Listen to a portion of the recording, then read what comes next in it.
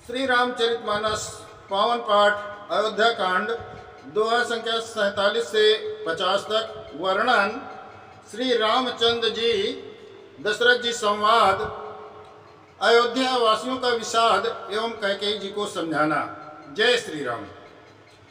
काहन पावक जारि सक, कान समुद्र समाई, कान करे अबला प्रबल, के जग खालु न खाई।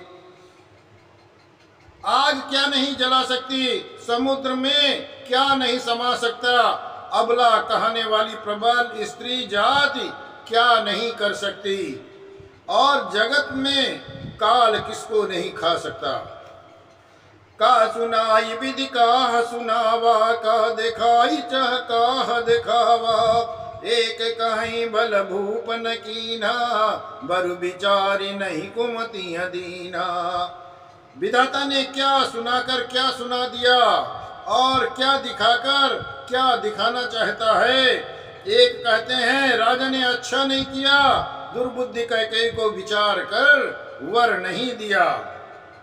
जो अटि भयो सकल दुख भाजने, अबला विबस ज्ञान गुण गाजनु। एक धर्म परमिति पहचाने, न पही दोष नहीं देहि सयाने। जो हट करके कैकेयी की बात को पूरा करने में अड़े रहकर स्वयं सब दुखों के पात्र हो गए। स्त्री के विशेष बस होने के कारण मानो उसका ज्ञान और गुण जाता रहा। एक दूसरे जो धर्म की मर्यादा को जानते हैं और सयाने हैं, वे राजा को दोष नहीं देते। शिव दधीच हरिचंद कहानी, एक एक सन कहाई बखानी। एक भरत कर सम्मत कहाई, एक उदास भाय सुनि रहाई।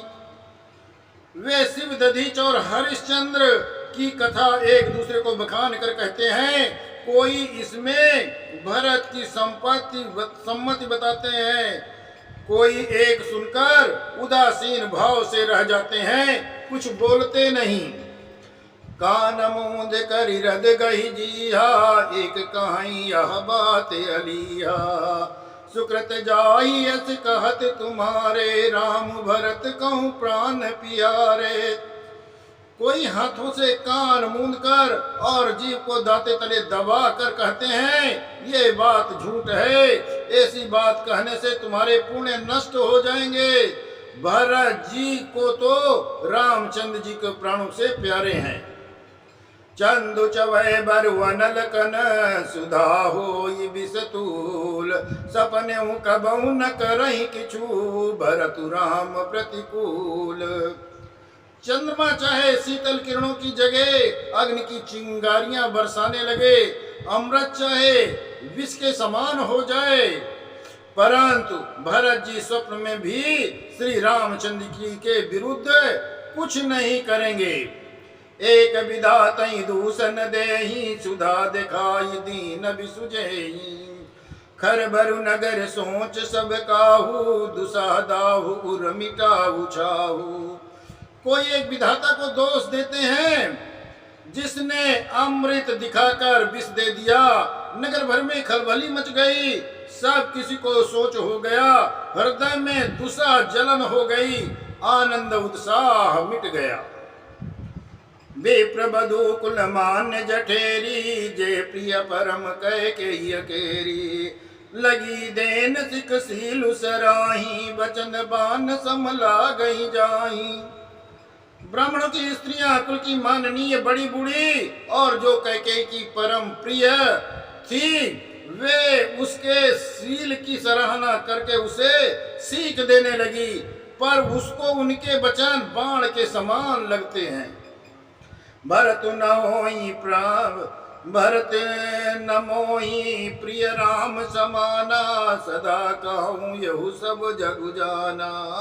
करऊँ राम पर सहज स्नेहु, कहीं अपराध आज बनु देहु। वे कहती हैं तुम तो सदा कहा करती थी श्री रामचंद्र जी के समान तुझको भरत भी प्यारे नहीं हैं। इस बात को सारा जगत जानता है। श्री रामचंद्र तो तुम पर स्वाभाविक ही स्नेह करती थी, आज किस अपराध से उन्हें बन देती हो?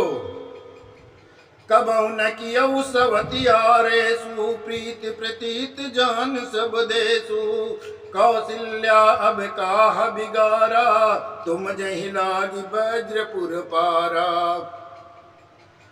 तुम कभी सोतिया डाह नहीं किया, सारा देश तुम्हारे प्रेम और विश्वास को जानता है।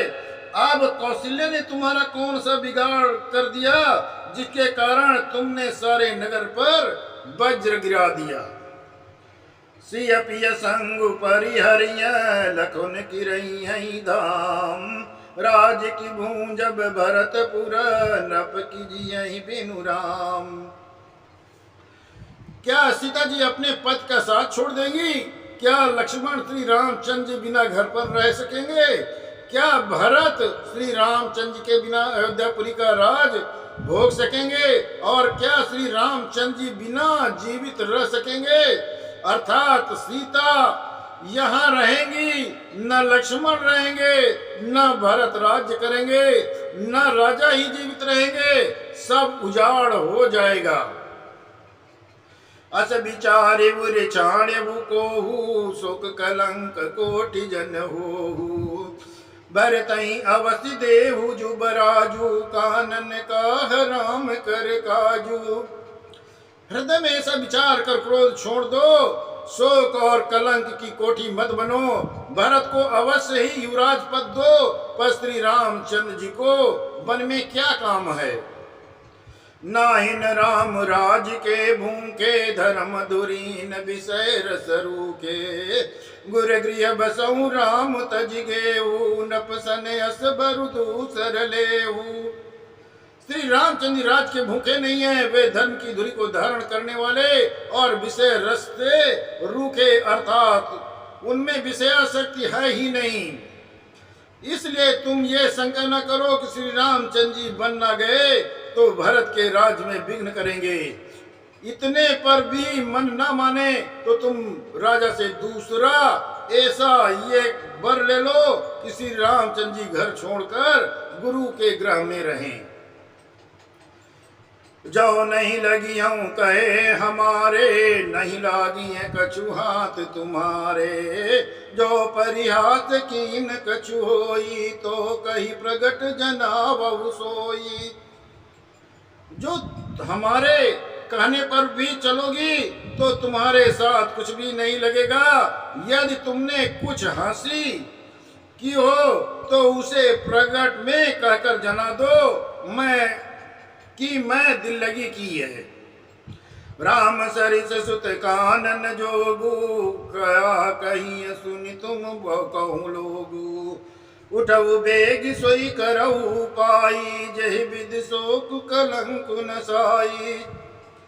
राम सरी का पुत्र क्या बन के योग्य है? ये सुनकर लोग तुम्हें क्या कहेंगे? जल्दी उठो और वही उपाय करो जिस उपाय से इस शोक और कलंक का नाश हो। जय भांति शोक कलंक जाई, उपाय कर कुल पालही।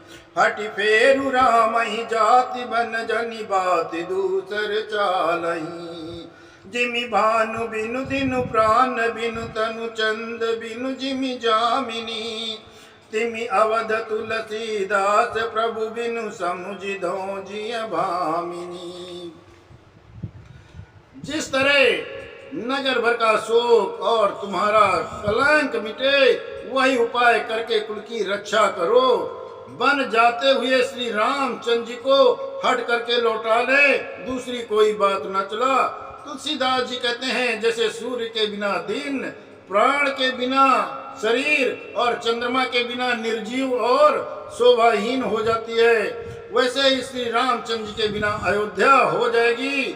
भामिन, तुम अपने हृदय में इस बात को समझकर विचार कर देखो।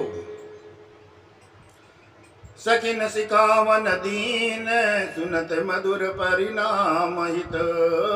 तेई कचुकान न कीन, कुटिल प्रबोधि कुबरी। इस प्रकार सखियों ने ऐसी सीख दी जो सुनने में मीठी और परिणाम में हितकारी थी, पर कुटिलता कुबरी की सिखाई पढ़ाई हुई कैकेयी ने इस पर जरा भी कान नहीं दिया, ध्यान नहीं दिया। जय श्री राम।